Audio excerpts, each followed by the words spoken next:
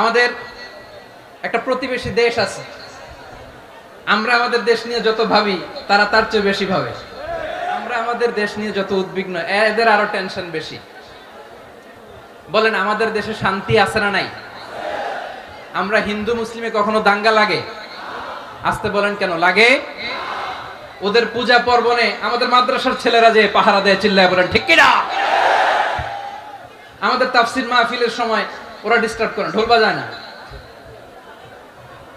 ওদের পূজা পার্বণের সময় আমাদের তাফসির মাহফিলের ডেট হলে আমরা চেঞ্জ করে দেই। সুবহানাল্লাহ, কি সাম্প্রদায়িক সম্প্রীতির রোল মডেল।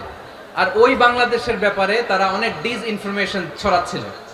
অনেকগুলো গণমাধ্যম, আমি জেনারেলাইজ করব না, আমাদের প্রতিবেশী দেশের সব গণমাধ্যমকে আমি দোষ দিতে চাই না।